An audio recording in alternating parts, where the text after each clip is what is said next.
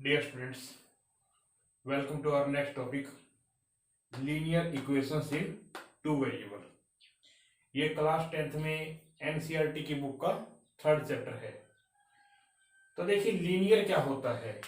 Linear जहां पर degree 1 होती है, देखो यहाँ x की पावर 1 है, y की पावर भी 1 है, या यहाँ देखिए x की पावर 1 है, y की पावर 1 है, तो ये लीनियर है।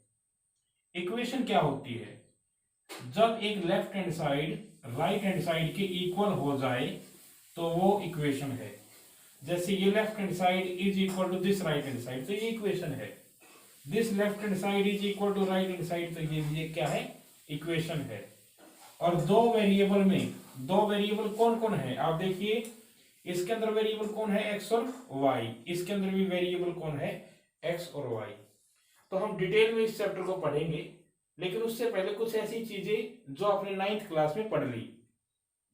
9th क्लास में आपने क्या पढ़ा था कि कोई एक इक्वेशन देता था और आप उसके मैनी सॉल्यूशंस निकालते थे।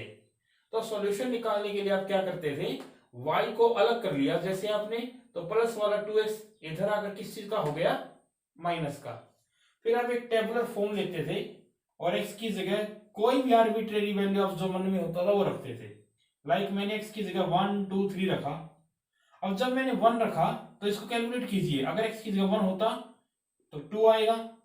अगर मैं x की जगह 2 रख दूं तो 2 2 4 और 4 माइनस 4 कितना हुआ, 0, और 3 रखूंगा तो सिमिलरली -2।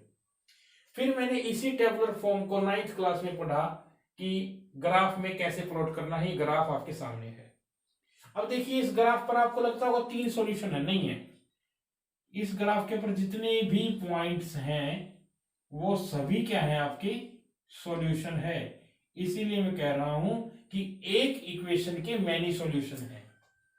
सिमिलरली आप इस बात को यहां देख सकते हो, x minus y is equal to 2, एक इक्वेशन लिया मैंने, और यहां से फिर मैंने y को अलग किया तो x माइनस 2 दिखाया।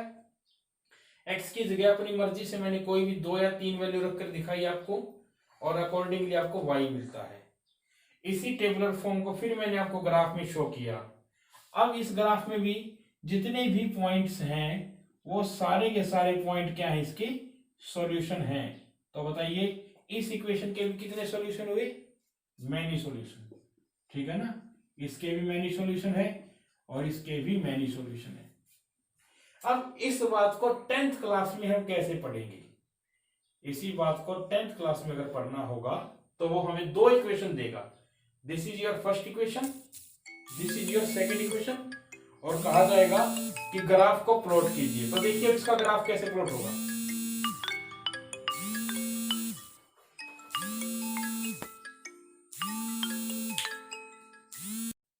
हाँ, तो क्लास 10 में ये इक्वेशन फर्स्ट है, मान लीजिए ये वाली, ये सेकेंड इक्वेशन है।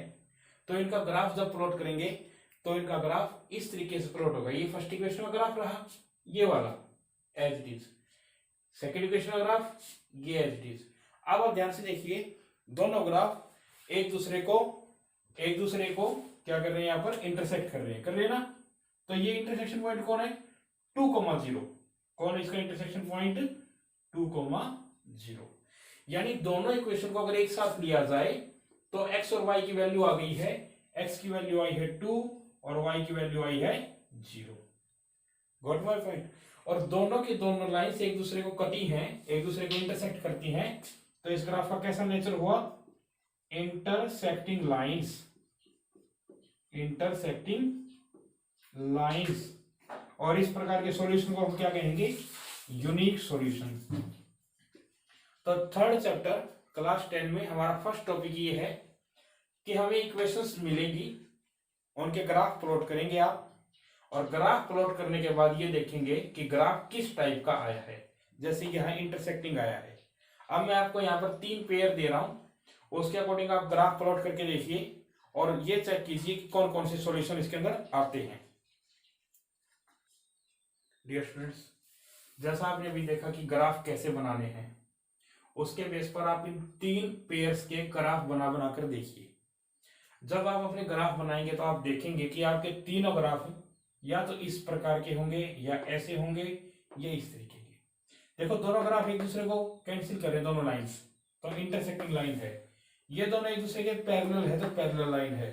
और इस केस में क्या होगा, दोनों की दोनों इक्वेशन का सॉल्यूशन एक ही लाइन पर दिखाई देगा। तो ये कौन सी लाइन कहलाएगी, कोइंसिडेंट लाइंस। जो इंटरसेक्टिंग लाइन होती है उसका एक यूनिक सॉल्यूशन होता है, और वो यूनिक सॉल्यूशन कौन होता है, ये पॉइंट जहां वो कटे हैं। लेकिन देखिए ये दोनों कहीं कटे हैं क्या, नहीं कटे, तो इसमें कोई सॉल्यूशन आया ही नहीं तुम्हारे पास। लेकिन इसमें दोनों लाइंस एक ही लाइन के ऊपर आ गई, तो दोनों की दोनों कई जगह ये तो इंटरसेक्ट कर रही है एक दूसरे को, तो ये कितने हो गए, मैनी सॉल्यूशन। अब जब सॉल्यूशन आ गया तो यूनिक आए या मैनी आए, दोनों कैसे होंगे, कंसिस्टेंट। और अगर सॉल्यूशन आएगा ही नहीं तो वो क्या कहलाएगा, इनकंसिस्टेंट। तो आपको ग्राफ बनाकर ये देखना है कि किस टाइप की लाइन आई है या किस टाइप का सॉल्यूशन आया है। आई बात समझ। अभी आपने ग्राफ से देखा कि किस तरह के सॉल्यूशन आते हैं, यूनिक, मैनी या नो सॉल्यूशन, वो ग्राफ की हेल्प से। लेकिन हमारे पास एक और मेथड भी होता है कि किस टाइप का सॉल्यूशन आएगा पहले भी पता लगा सकते हो आप। तो फर्स्ट इक्वेशन को इस फॉर्म में लिखना है, a1x plus b1y plus c1 equal to 0। और सेकंड इक्वेशन सपोज कीजिए a2x plus b2y plus c2 equal to 0 है। तो ये कंडीशन है जो आपको ध्यान में रखनी है। यूनिक सॉल्यूशन की क्या कंडीशन है, a1 upon a2 not equal to b1 upon b2। Many solution में क्या होगा, a1 upon a2 equal b1 upon b2 equal c1 upon c2। और नो सॉल्यूशन में क्या होगा, a1 upon a2 equal b1 upon b2 but not equal c1 and c2। ये इस chapter का पहला फार्मूला है जो आपको याद रखना है। अब मैं आपको एग्जांपल दे रहा हूं कैसे। सपोज कीजिए ये दो इक्वेशन है, ठीक है ना, x माइनस वाई इक्वल 8 और 3x plus 2y equal to 4। आपको चेक करना है कि किस टाइप का सॉल्यूशन है। तो देखो a1 अपॉन a2 कौन है इसमें, a1 अपॉन a2 आपका 1 अपॉन 3 ये रहा, b1 अपॉन b2 कौन आपका -1 अपॉन 2। अब ये दोनों इक्वल है क्या आपके, क्या 1 अपॉन 3 -1/2 के इक्वल हो सकता है, नहीं हो सकता।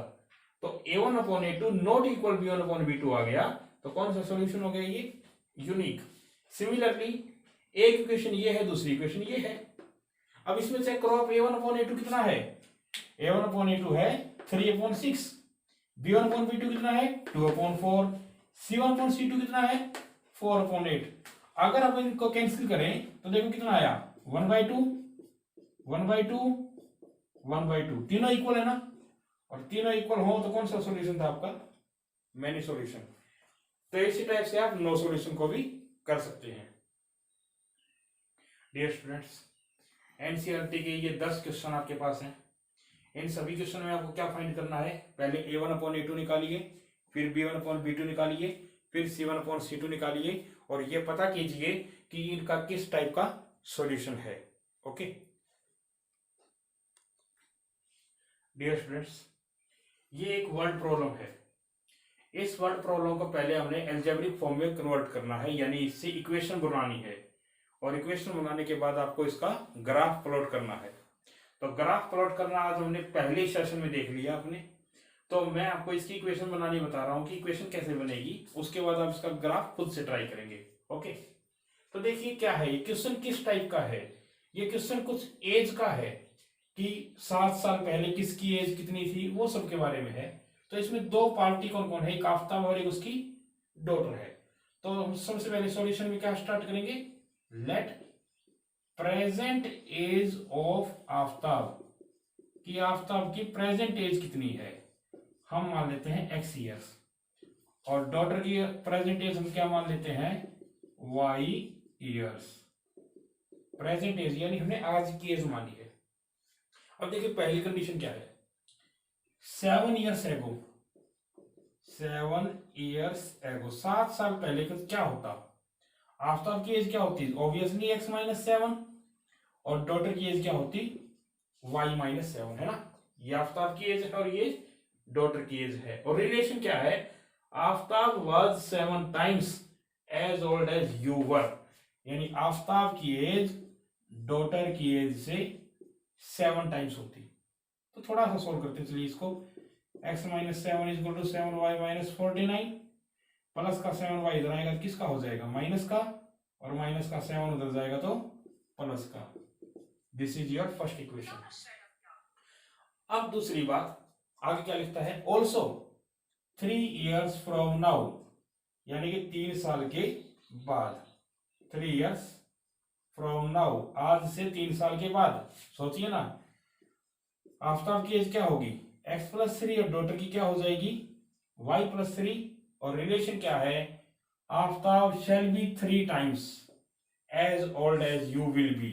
आफ्ताब की एज डॉटर की एज से 3 times हो रही है, तो x+3 किसके इक्वल हुआ, 3y+9 के। सिमिलरली प्लस का 3y इधर लाइए तो माइनस में, और प्लस का 3 इधर जाएगा तो माइनस में। बच्चों कितनी इक्वेशन हो गई है, 2। इन 2 इक्वेशन का आपको क्या बनाना है, ग्राफ, और ग्राफ बनाकर आपको क्या पता करना है कि किस टाइप की लाइंस आई हैं। ओके, उसके बाद मैं आपके पास 3 स्टेटमेंट दे रहा हूं जिसको आप खुद से ट्राई करेंगे। अब डियर स्टूडेंट्स, अब आपके सामने ये जो 4 वर्ड प्रॉब्लम है, इन वर्ड प्रॉब्लम्स को आप इक्वेशंस में कन्वर्ट करेंगे। इक्वेशन में कन्वर्ट करने के बाद आप उनके ग्राफ बनाएंगे, और ये देखेंगे कि ग्राफ किस पॉइंट पर इंटरसेक्ट कर रहा है। जैसे 2 लाइन एक पॉइंट पर इंटरसेक्ट करेंगी, वहां से आपके आंसर स्टार्ट हो जाएंगे। जहां भी मैंने लिखा कि फाइंड द थिंग्स, जहां पर भी मैंने लिखा होगा फाइंड द थिंग्स, वहां से आप अपनी बातों को निकाल सकते हैं। तो इन चारों को आप ग्राफ की हेल्प से सोल्व करें। Now this is exercise 3.1 and 3.2, जिसके अंदर हमने मेनली आज क्या देखा है कि ग्राफ कैसे बनते हैं, ग्राफ की हेल्प से सॉल्यूशन का कैसे पता लगता है, और फार्मूला की हेल्प से सॉल्यूशन का पता कैसे लगता है। हम अपने नेक्स्ट वीडियो में आपको ये बताएंगे कि इक्वेशन को सोल्व करने के, एक्स और वाई निकालने के 3 मेथड कौन कौन से हैं, और उसकी हेल्प से किस तरह के आगे काम किया जाएगा। ओके डियर स्टूडेंट्स, तो इनको आप सोल्व कीजिए और अपने सॉल्यूशन सेट को पीडीएफ फॉर्म में मुझे सेंड कीजिए।